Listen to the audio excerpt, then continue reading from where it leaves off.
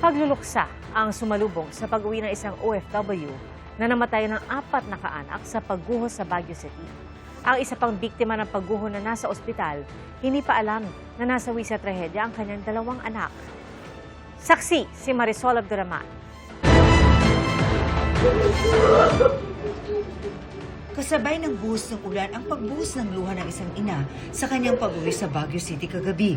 Sa kanyang pagbabalik bansa, hindi na siya nasalubong ng kanyang asawa, anak at 2 apo na nasawi sa landslide noong linggo.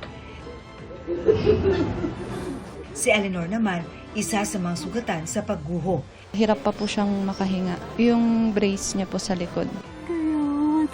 Hinahanap ni Eleanor ang kanyang 2 anak.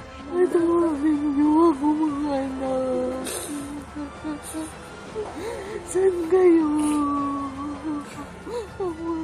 Ang hindi masabi sa kanya ng kanyang mga kaanak. Kasama ang kanyang 2 anak sa 10 nasawi sa landslide.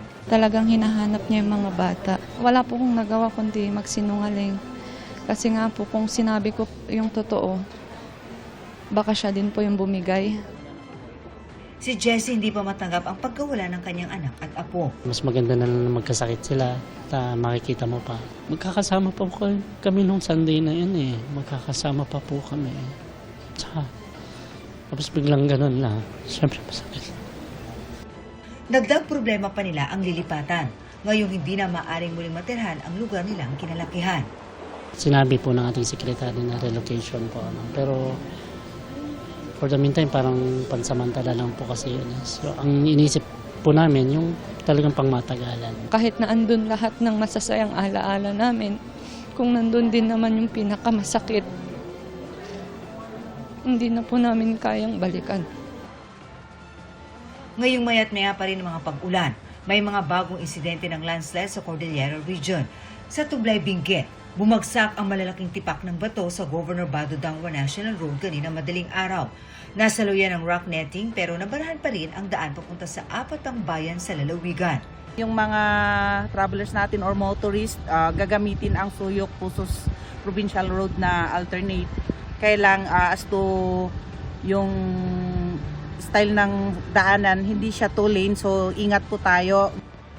Nagsagawa na ng assessments ang LGU at DPWH para sa clearing operations sa lugar. Nagkaroon din ng landslide sa boundary ng Barangay San Rafael at Barangay Aglao sa San Marcelino, Zambales. Ipinag-utos na ng LGU ang clearing operation. Sa Jaén Nueva Ecija, hinatiran ng tulong ang mahigit 800 pamilya na apektado pa rin ng baha sa 5 barangay. Baha rin ang problema ng mga taga-Macabebe sa Pampanga. 5 araw ng lubog ang mga daan, kaya gumamit ng bangka ang mga residente.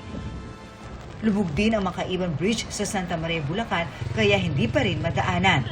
Ganyan din ang problema sa Anahawin Bridge sa Kalintaan Occidental, Mindoro kanina. Umapaw ang ilog doon kaya bumaha sa ilang lugar pero humupa na rin matapos ang ilang oras. Ako si Marisol Abduraman, ang inyong saksi.